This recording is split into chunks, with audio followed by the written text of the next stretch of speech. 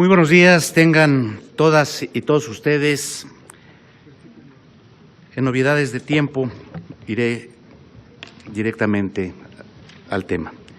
No podemos depositar la garantía directa de los derechos dentro de nuestro sistema constitucional en órganos o estructuras militares. La Secretaría de la Defensa Nacional no puede volverse la instancia que directa o indirectamente investigue, sancione y prevenga los delitos que cometen civiles, ni puede ser el eje en torno al cual se desarrolle la convivencia social en nuestro país. La consolidación democrática de México, que ha permitido, entre otras cosas, la alternancia en el poder, ha derivado en buena medida de la separación y respeto existente entre las instancias civiles y militares. La primacía de las primeras sobre las últimas es una condición ineludible y necesaria para preservar un Estado liberal y garantizar que nuestro sistema democrático no se vea condicionado o amenazado por intereses políticos o de cualquier otra índole de las estructuras militares o sea viciado por la amenaza del recurso de la fuerza. La CNDH acude a estas audiencias públicas con diversas preocupaciones adicionales al debilitamiento de la institucionalidad civil.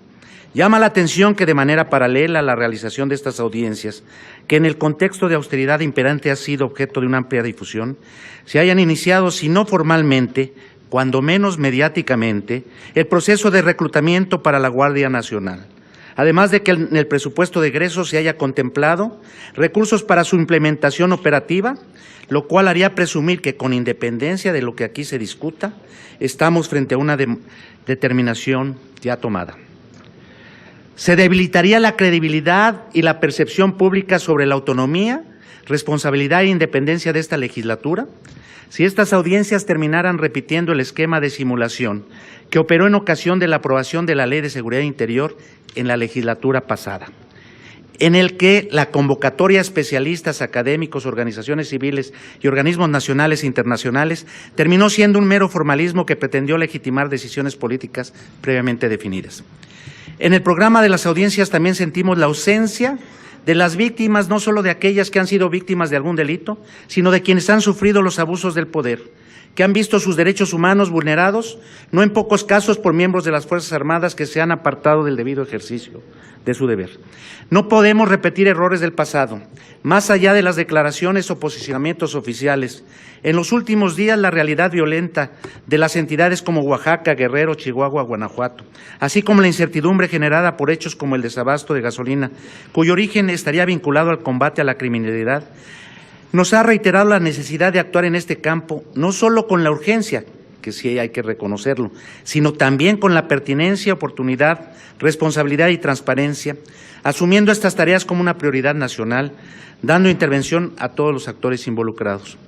No hay números o calificaciones aceptables para las ejecuciones, homicidios, actos de tortura o desapariciones. No hay delitos que sean más o menos aceptables o justificables. Los datos duros reflejan nuestra verdad, nuestra realidad, la cual no podemos ignorar o pretender que se modifique mediante declaraciones que la descalifiquen, desconozcan o generando opacidad en los mecanismos que las registran.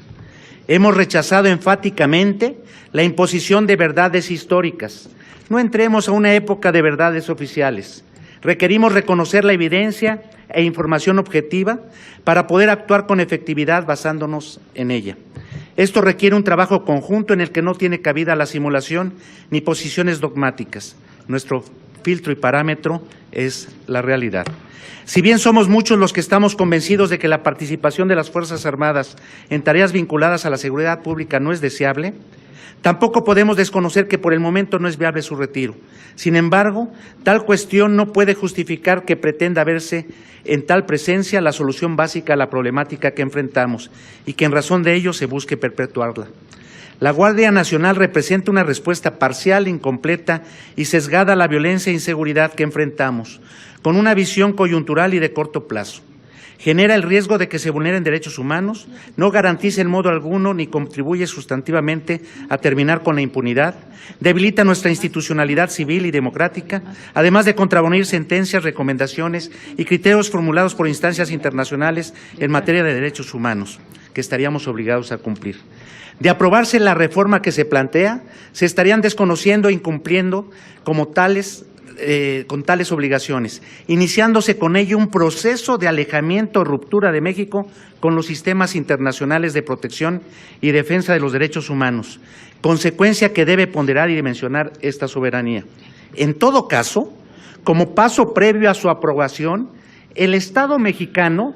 podría solicitar a la Corte Interamericana de Derechos Humanos una opinión consultiva sobre la compatibilidad de una institución como la Guardia Nacional con el régimen iberoamericano de derechos humanos.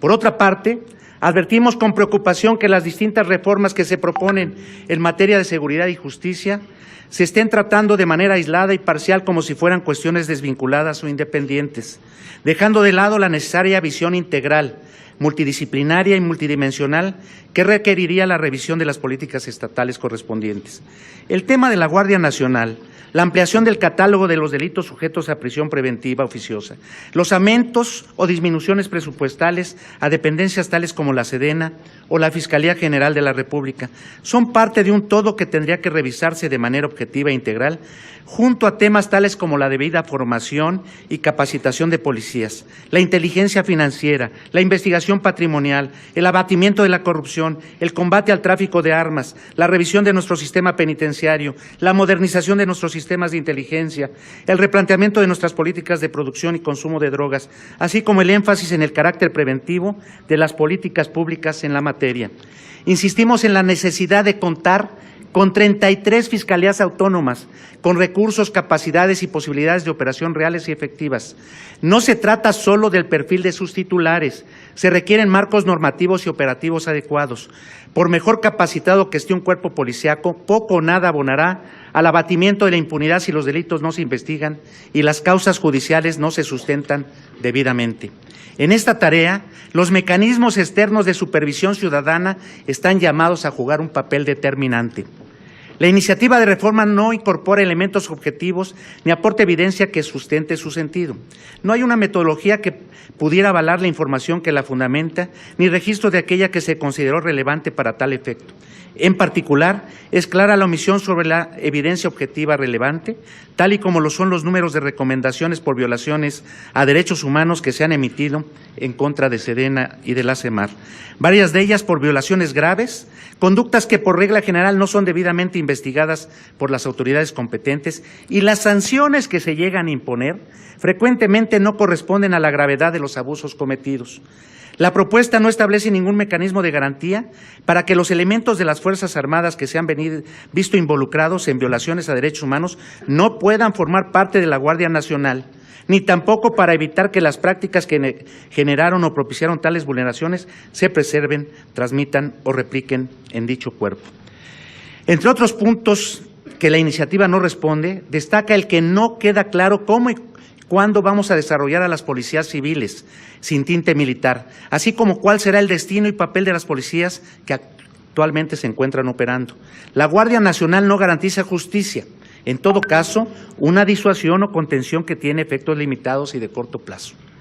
Se marca una ruta para militarizar áreas hasta ahora reservadas a las instituciones civiles, pero no se establece claramente una ruta en el sentido contrario. La naturaleza y características híbridas del cuerpo que se pretende crear, más que dar certezas, generará confusión y abrirá espacios de vulnerabilidad para su integración y operación.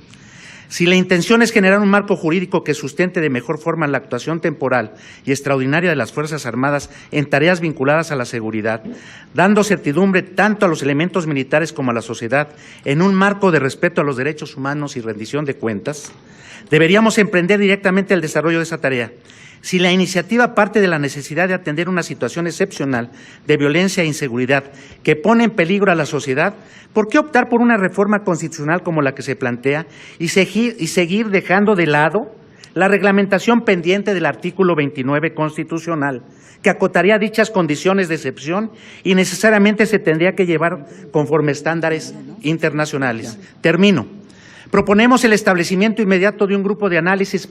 especializado y plural que revise la evidencia objetiva, cuyas consideraciones aporten elementos para construir un esquema de seguridad pública en el que reconociendo la necesidad temporal de la participación de las Fuerzas Armadas en el ámbito de seguridad pública, se prevé una ruta para corregir las deficiencias, desarrollar y fortalecer a las policías e instituciones civiles, tanto federales como locales y municipales, a efecto de que sean ellas quienes asuman la seguridad pública, contemplando un plan para el retorno gradual y verificable de las Fuerzas Armadas a las tareas que les son propias. Eventualmente, esta estrategia podría implicar la creación de una fuerza de seguridad intermedia de carácter civil, con disciplina y adiestramiento especializado, que sea un elemento que coadyuve en el proceso de transición entre la intervención militar directa y el que las policías civiles recuperen las funciones que les corresponden. Es claro que en el tiempo fijado para cada intervención no es posible exponer un análisis técnico de la propuesta de reforma constitucional